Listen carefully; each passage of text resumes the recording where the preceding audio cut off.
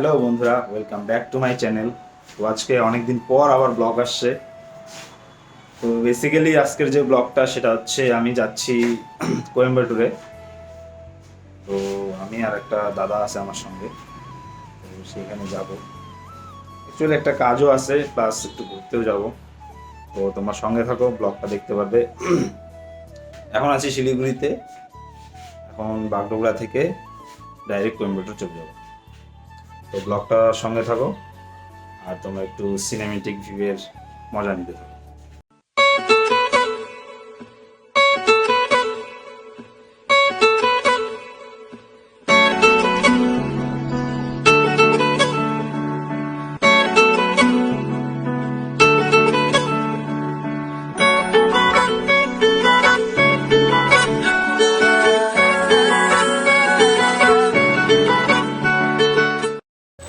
তো এখন চলে আসছি কোয়েম্বাটুরে, দাঁড়িয়ে আছি ওলার জন্য।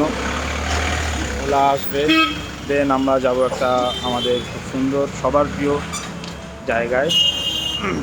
তো যেটা সবারই অনেক আশা থাকে যে এই জায়গাটায় একবার হলেও আসবো।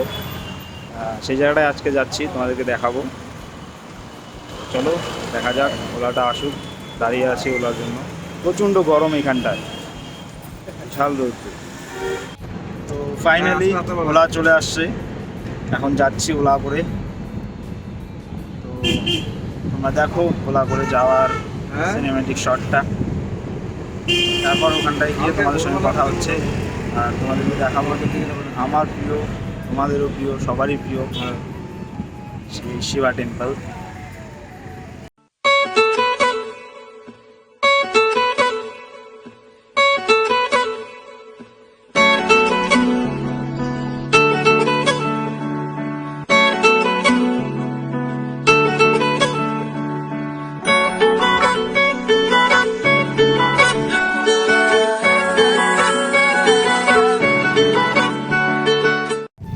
হয়তো কোনো প্রোগ্রাম চলছে, কালচারাল প্রোগ্রাম, এটা ওদের রিচুয়ালে।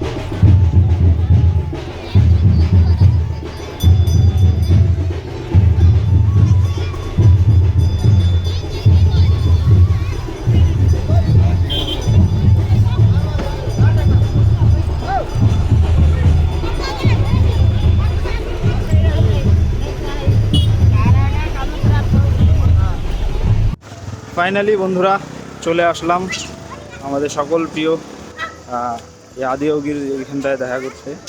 তো এখন আমরা এন্ট্রি নিব, তোমাকে দেখাচ্ছি তোমাদের এন্ট্রিটা, কত সুন্দর জায়গাটা।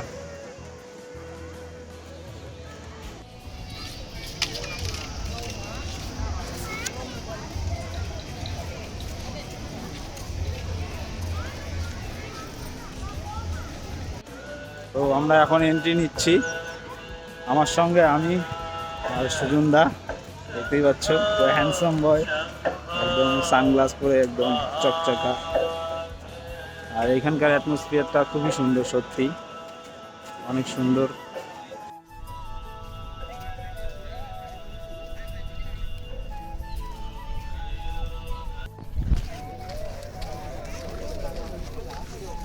ফাইনালি চলে আসছি অনেকক্ষণ অপেক্ষার পর। তো তোমাদের দেখাচ্ছি, দেখো অনেক লোক এখানটায়। কত সুন্দর, 112 ফিট ভাবা যায়। এখানকার প্লেসটা দেখো, শুধু চারিদিকে সুন্দর সুন্দর জায়গা। আর এখানটায় হর হর মহাদেব, শিবজি, চারপাশটা কত সুন্দর। তো সুজনদা ফটো তোলায় ব্যস্ত। তো এটা হচ্ছে মেইন এন্ট্রি গেট। অনেক লোক আসছে এখানটায়, অনেক দূর দূর থেকে অনেক ধরনের লোক আসে। খুব সুন্দর একটি জায়গা। তো সবার প্রিয় আমাদের ভোলেনাথ। আর এই জায়গাটা এত সুন্দর, ঠান্ডা হাওয়া, কি বলবো, সুন্দর ঠান্ডা হাওয়া এখানটায়। এই স্টেপগুলো ওঠার পর মেন পার্টটা এখানটায় পুজো চলছে, দেখতেই পাচ্ছ। খুব সুন্দর একটি জায়গা। স্ট্যাচুটি বিশাল বড় স্ট্যাচু,